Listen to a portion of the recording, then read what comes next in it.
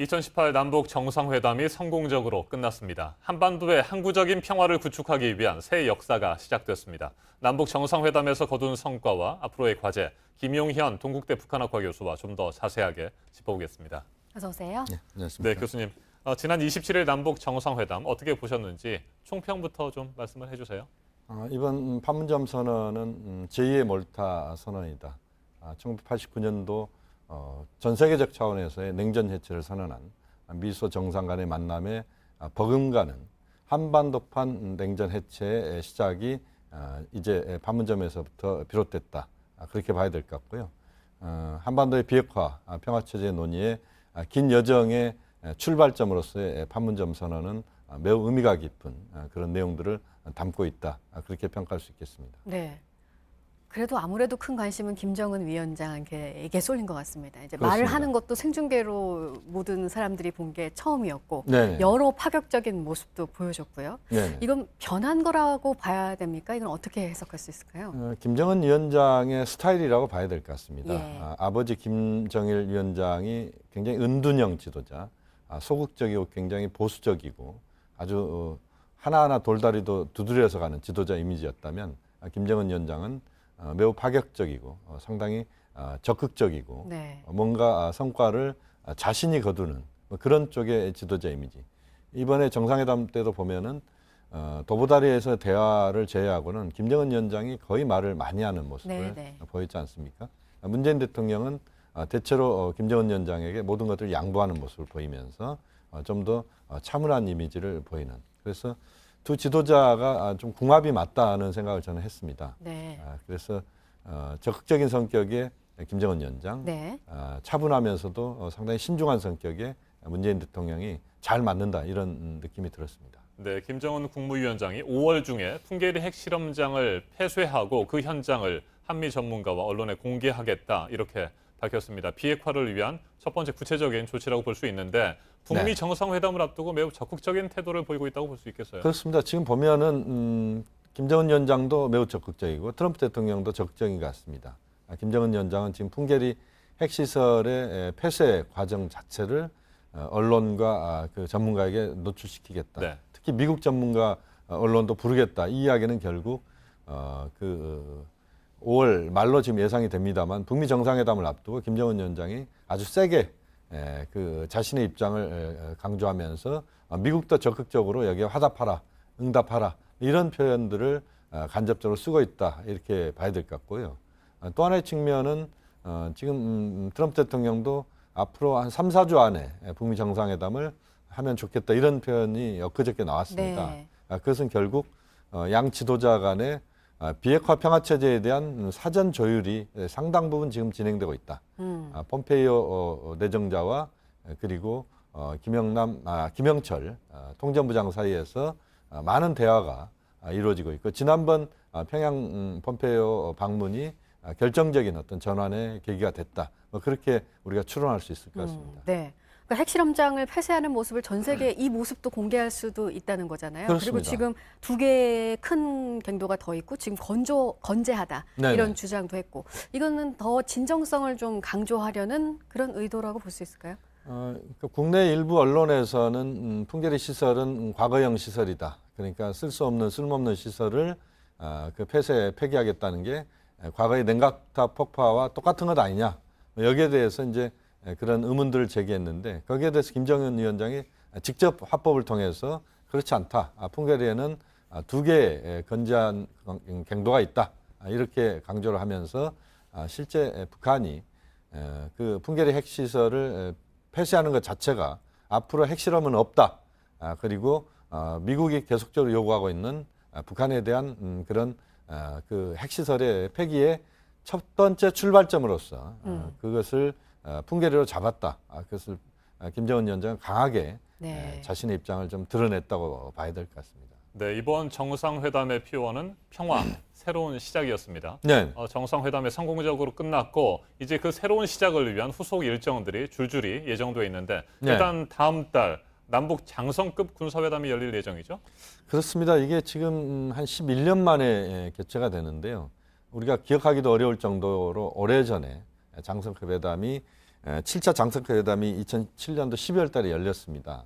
그리고 나서 11년 만인데 김정은 위원장이 지난번 판문점 회담에서 몇 번에 걸쳐서 이야기했던 것이 잃어버린 11년이었습니다. 네. 군사 당국장 회담, 특히 장성급 회담도 11년 만에 개최가 된다. 이것은 결국 가장 중요한 지금 한반도의 문제를 풀어가는 데 있어서 네. 두 가지가 중요한데 하나는 네. 한반도 비핵화 문제이고 두 번째는 한반도에서의 평화 정착과 관련된 부분입니다. 여기에서 핵심은 군사적인 조치여야 된다라고 봅니다. 군사적인 조치가 가장 중요한 것은 비무장지대의 평화지대화. 다시 말씀드리면 비무장지대가 실질적으로는 지금 무장지대가 돼버렸기 때문에 이것을 과거의 비무장지대의 상태로 되돌리는 겁니다. 이 작업들을 장성급 회담을 통해서 시작해야 된다. 이게 가장 중요한 남북 사이의 이번 판문점 선언의 중요한 내용 중에 하나다 이렇게 봐야 되기 때문에 그 작업부터 하겠다는 그 차원에서 장성급 회담이 열리고 또 필요하다면 이제 국방장관급 회담도 곧 개최가 될 가능성이 높다고 봅니다. 네. 5월부터 또 이제 내일부터 이제 5월이 시작되고요. 네. 적십자 회담도 있고 고위급 회담도 있고 네네. 이제 남북 정상회담 결과를 보면 잘 이루어질 테지만 네. 북미 정상회담과도 또 연계해서 이루어질 가능성도 있지 않겠습니까? 역시 이제 지금 모든 포인트는 북미 정상회담이다. 네. 모든 길은 북미 정상회담으로 간다. 지난번 판문점 선언도 결국엔 북미 정상회담을 성공적 개최를 하기 위해서 마중물 역할을 하는 회담이었다. 이렇게 우리가 정리를 하는 것이 맞다고 봅니다. 네. 그렇기 때문에 비핵화 관련된 부분도 지난번에 많은 대화를 문재인, 김정은 두 분 사이에서 대화에 제가 볼 때는 한 50% 이상은 저는 비핵화 문제에 집중됐을 거라고 보고 도보 회담에서도 역시 비핵화 문제를 집중적으로 이야기를 했을 겁니다. 그렇지만 그 결과는 북미 정상회담으로 다 돌리는 겁니다. 네네. 그렇기 때문에 북미 정상회담에서의 성과가 나오도록 하는 차원에서 모든 노력을 한미 정상회담도 이제 곧 개최가 됩니다. 아마 네.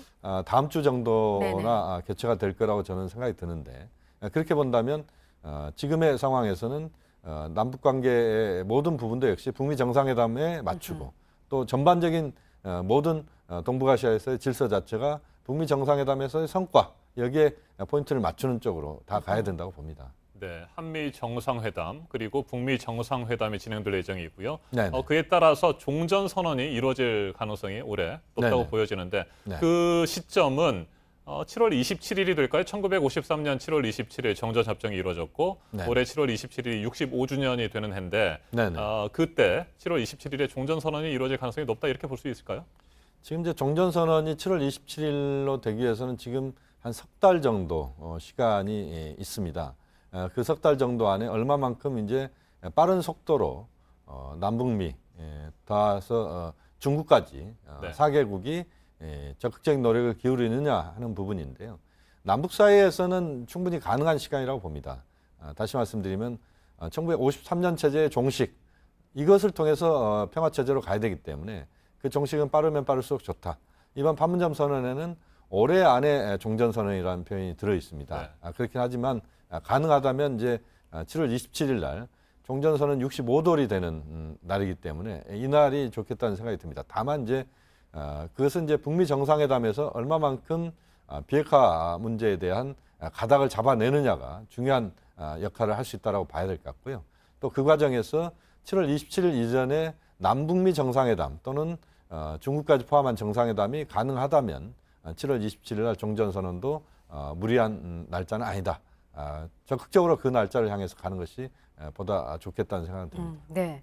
이제 조금 전에 북미 정상회담을 향해 모든 것이 지금 향해 있다 이런 네네. 말씀을 하셨고 네네. 문재인 대통령의 이제 평양 답방도 가을로만 정해진 상태이기 때문에 네네. 이것도 이제 그 결과에 따를 것이고 네. 이제 북미 정상회담에서 성과가 나온다면 이거는 탄력을 받아서 가는 거고 아닐 수도 있습니까? 어떻게 봐야 됩니까? 물론 이제 북미 정상회담의 그 흐름이 어디로 가느냐가 앞으로 동북아시아 또는 한반도 문제의 가늠자가 될 수 있다 이렇게 볼 수밖에 없습니다. 다만 이제 지금 상황에서는 트럼프 대통령도 빠른 속도로 정상회담을 북미 정상회담 하자는 것이고 네. 김정은 위원장도 적극적 행보를 풍계리에서 일단 보여주고 있고 네. 결국 흐름 자체는 저는 좋은 흐름이라고 보고 현재 상황들을 좀 더 적극적으로 남북관계 차원에서 또는 한미 관계 또는 남북미 관계 또 나아가서는 중국, 일본, 러시아까지 포함한 충분한 사전 공감대 형성 속에서 문제에 접근을 한다면 저는 북미 정상회담에서의 성공도 낙관할 수 있다. 네. 그런 점에서